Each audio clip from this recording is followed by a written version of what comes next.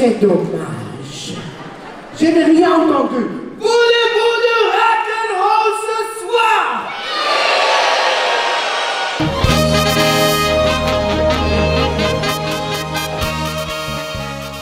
Mais on bouge trop, Cécile elle nous fait des chorés en haut, en bas, côté. Donc Regina, très sérieuse, arrive et compte. C'est un espèce de sas, mais vous êtes dans l'eau là. Et voilà, et puis ça tombe toujours sur moi, et puis il y en a toujours une qui manque, et puis je me fais engueuler, et puis voilà, et puis...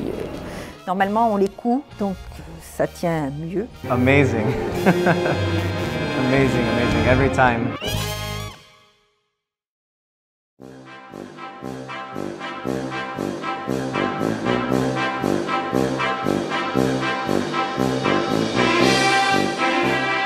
On trouve beaucoup de sculptures comme ça de bronze sur le cirque de 1880 à 1920-1930. Il y a une grande mode des arts, des sculpteurs. D'ailleurs, il y a beaucoup de peintures. Les peintres se sont beaucoup intéressés au cirque, que ce soit Toulouse-Lautrec, Picasso. Ils ont fait beaucoup, et d'autres, Chagall et tout, sur le cirque. Et ça fait partie de cette période-là. Et même encore, enfin, nous, maintenant, on en retrouve sans fin. On trouve, enfin, sans fin, on n'en trouve pas tous les jours, mais souvent on trouve des sculptures, des bronzes avec des motifs différents, des attitudes différentes, et c'est magnifique parce que ils sont beaux, c'est de la qualité, c'est des choses qu'on ne connaît pas. Il n'y a pas de catalogue, il n'y a pas vraiment de... Ils ne sont pas répertoriés, enfin pas tous, donc à chaque fois on découvre. C'est pour ça que c'est le bonheur d'être chineur aussi, d'être collectionneur, parce que quand on va dans des brocantes, on ne sait jamais ce qu'on va trouver, et on peut tomber voilà, sur un bronze, l'homme fort, le dresseur de chiens, la valeur de sable, la fille avec le petit chien. Ça c'est beau, la fille avec les oiseaux. Et si vous pouvez voir tout à l'heure, c'est à peu près l'affiche qu'on a sur le cirque d'été où elle a à peu près le même costume. Donc là oui, on est en 1900, 1890, 1900. C'est joli, hein, c'est très joli. Puis il y a plein de petits objets, l'homme fort. Alors il y a des choses marrantes aussi. Ça c'est un bouchon de radiateur de voiture.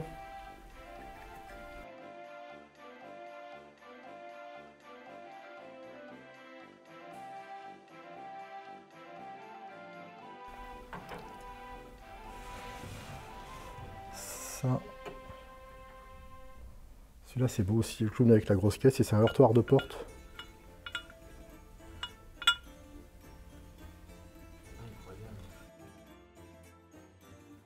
Et là aussi il y a un truc qui est très sympa à voir, c'est les photos. Alors je ne sais pas s'ils sont hyper bien éclairés.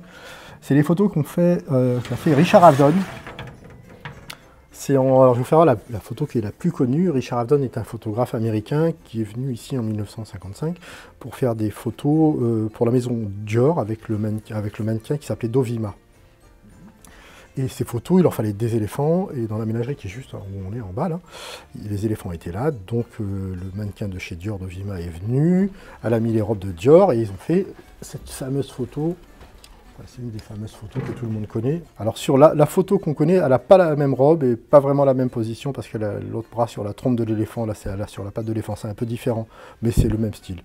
Et donc Avedon était très content quand il a fait cette série de photos. Et c'était, comme on est là, c'était pendant le spectacle, il y avait la ménagerie.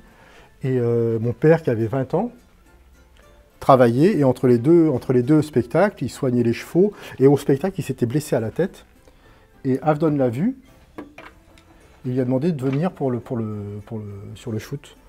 Et mon père a dit, je vais enlever le bandeau, le turban. Il a dit, non, non, non, surtout restez comme vous êtes. Et il a fait cette photo.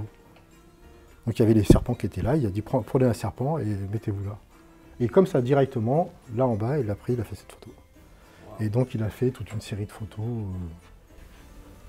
qui sont iconiques pour la mode, pour Avedon et tout ça, quoi, pour la maison Dior aussi. Elles ont été faites voilà, comme ça, c'était pas prémédité. Et une semaine après, Avedon est venu, parce qu'à la fin des photos, Avedon, il a appelé mon père, il a voulu lui donner de l'argent. Mon père il dit non, non, non, mais si, mon père il dit non, on est chez nous ici, vous venez, non, non, il n'y a pas... Ah ok, merci. Et quelques jours après, une semaine après, je crois, Avedon est venu avec des tirages photos, et il a filé les photos. C'est sympa, hein? C'est magnifique. Voilà, c'est des très belles photos.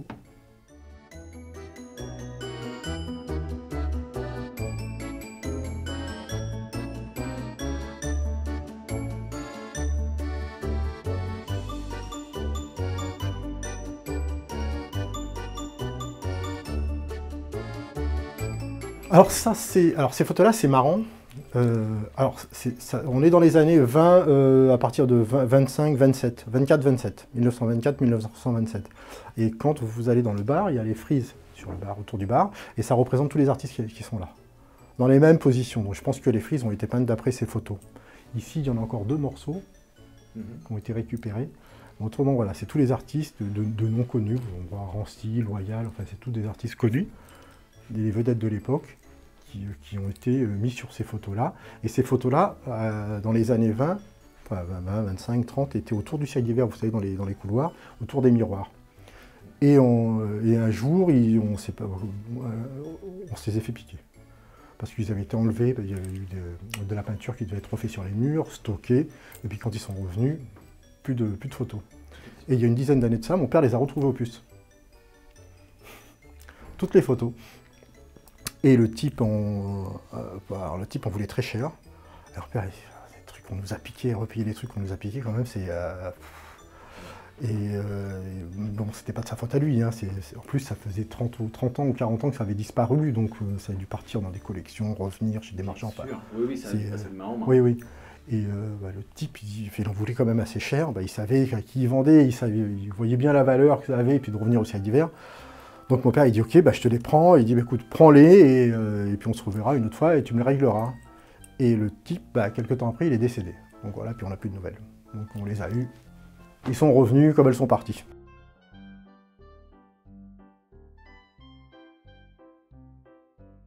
À une époque, c'était un peu comme la perle du Bengale. Ça, c'est en 1930... je ne vais pas dire de bêtises, je crois que c'est en 1933. Et c'est très marrant parce que ma grand-mère, qui était très âgée, une fois, je lui fais voir un masque. Et elle me dit, ah, mais ça avait été pour la pantomime, ça s'appelait la... je crois que c'est la reine de Shanghai, quelque chose comme ça. Et elle me dit, ah, on l'a fait, c'était en 1933, j'ai commandé ces masques-là à telle rue dans Paris, ils avaient du retard pour la première, ils nous en avaient livré une partie. Enfin, on avait l'impression qu'elle les avait commandés il y a un mois, les masques. Et c'était il y a quelques années, en Regard des 7, qu'elle m'avait expliqué cette histoire. C'est l'idole de Shanghai, voilà, excusez-moi, c'est l'idole de Shanghai. C'était les pantomimes qu'ils faisaient à l'époque, comme la perle du Bengale. C'était comme des opérettes, c'était la mode, avec des spectacles de cirque, des chanteurs et des comédiens. Et là, il y avait des grandes affiches, et ils étaient 200, 300 en piste, quoi. C'était énorme, vous ferez voir les photos et les affiches. Donc c'est ça, l'idole de Shanghai. Et mon grand-père, il avait racheté ce Bouddha à l'exposition de 1900. Et il s'en servait en décor pour le public, il est tout en bois. Et après, il l'a enlevé, parce que, bon, comme ça représente une religion, il a dit non, il faut pas le remettre, il ne faut pas le mettre en décor ni en piste, quoi. Donc voilà. Mais on l'a toujours gardé, et puis ça apporte bonheur.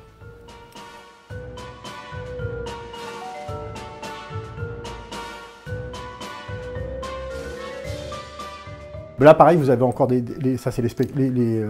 c'est justement, c'est ce que je dis, c'est les costumes qui accompagnaient les présentations des numéros, un peu comme les danseuses, mais c'était avec, il y avait peut-être un peu plus de mise en scène.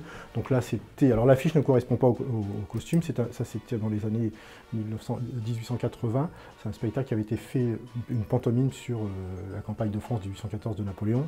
Ça, c'est des costumes après qu'on voit autour, qui ont été faits pour un spectacle dans les années 50 de cavalerie, où ils étaient tous habillés en colonel de la garde, avec des shakos, en uniforme, en grenadier, en voltigeur, hussard. Là, à côté, c'était pour accompagner une troupe de clowns, où ça se déroulait, le sketch, c'est qu'ils sont dans un château hanté en Écosse. Donc il y a les clowns qui vont dans ce château, et il y a toute une parade au début avec une fanfare et des filles qui sont habillées avec le costume de Tipperary typique écossais. Donc là, voilà, ça c'est aussi fait par le cirque, par la famille. Et là aussi, les costumes sont frais, quoi. Ils ont fait des tournées et tout. Je trouve que c'est magnifique, moi. Ça a gardé, ils sont pétants, quoi.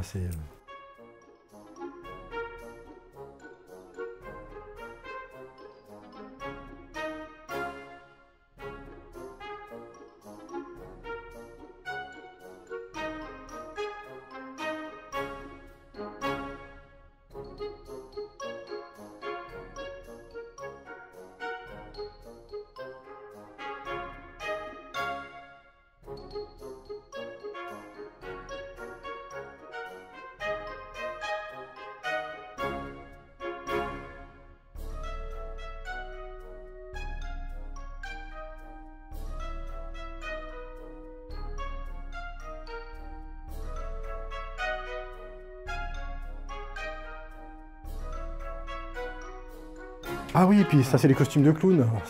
J'adore les costumes de clown. Et puis souvent, si on regarde, il y a encore le maquillage du clown. Alors le clown, c'est le blanc. On ne dit pas un clown blanc, le clown il est blanc. C'est l'Auguste l'autre. Et donc ça, ce sont tous des costumes de clown. Et ils sont tous uniques à chaque fois, ils sont différents, ils ont des motifs différents, ils racontent quelque chose. Comme le maquillage du clown, à chaque fois, même le clown est différent, le trait est différent. Le cône aussi est différent, le chapeau qu'ils ont sur la tête. Et c'est fait là, il y a plusieurs époques, ceux-là sont très anciens, ceux qui sont en soie. Et c'est fait, le trois quarts ont été faits par la grande maison de couture du spectacle qui s'appelait Vicaire. Et à l'époque, on disait pas, enfin pour dire t'as un beau costume, on disait t'as un vicaire. D'accord, ça vient de là. Oui. Et même encore maintenant, il y a les brodeuses qui travaillaient chez Vicaire. Vicaire à la maison a fermé. Et il y a encore des brodeuses qui travaillent encore, qui font encore des costumes. Il faut savoir faire un costume parce que, comme je vous disais tout à l'heure, l'artiste doit pouvoir bouger, doit pouvoir faire des sauts périlleux, plein de choses. Il faut faire attention aussi, enfin, il doit être apte pour la transpiration. Il doit être, et puis on doit pouvoir le nettoyer facilement, donc c'est assez compliqué de faire un costume. Il dessine le costume, après il y a tout le tissu aussi, la matière, il y a les strass, et puis tout dépend. Alors ça dépend des périodes. Il y a des périodes où c'était les périodes paillettes, après il y a eu les strass, après il y a les broderies, enfin à chaque fois c'est suivant les modes un peu. Ça, c'est un costume très sympa. Je l'ai retrouvé il n'y a pas longtemps. C'était le costume d'un des Fratellini, à François Fratellini. Donc il est là, il faut que je l'arrange encore, que je mette de la soie dedans. Et il faut que je retrouve la photo. Je pense que je vais retrouver la photo quand il le porte. Ça, c'est la selle de mon père, où on le voit avec l'affiche. Donc c'est marrant, avec le costume, l'affiche, tout est là. C'est une selle de parade, ça veut dire qu'il a porté... pas pour travailler avec les chevaux, parce que c'est le numéro de mon père, il présentait la cavalerie à cheval, équestre. Et à la fin du spectacle, il arrive avec cette selle-là, parce que c'est une selle assez lourde, donc le cheval ne peut pas la porter pendant des heures. You really want to see something racy? Emilian Buglione and his world-famous horses.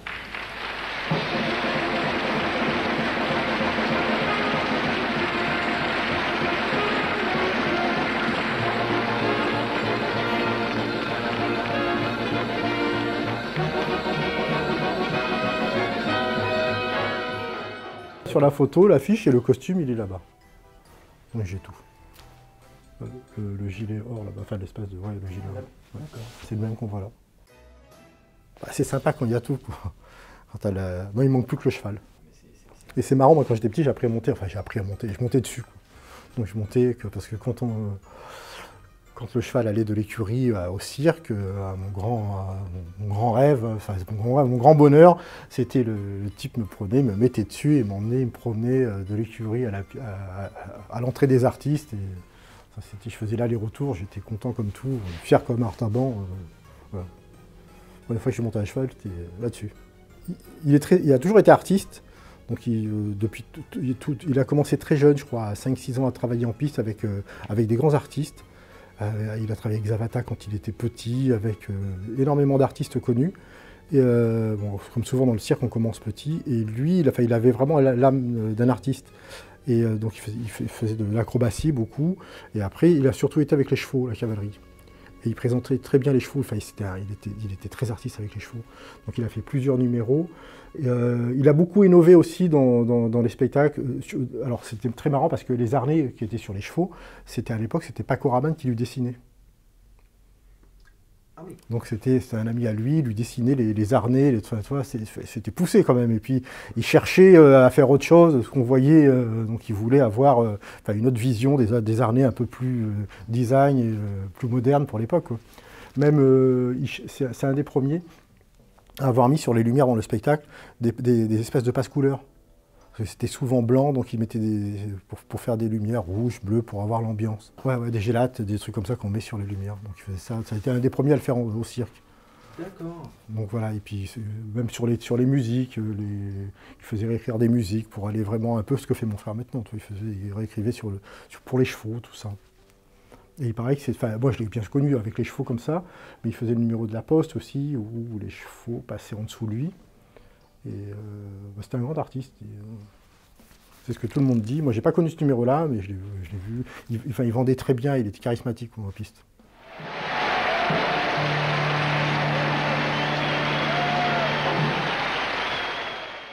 Ça c'est marrant, c'est les anciennes maquettes. Enfin, c'est une vieille fabrique de plomb français qui faisait à l'époque des plombs, qui fait encore d'ailleurs, mais dans des vieux moules. Ils ont gardé les moules. Ça date de 1700 et quelques. C'est la première fabrique française de jouets, de plomb en plomb. Ça s'appelle CBG Mignot.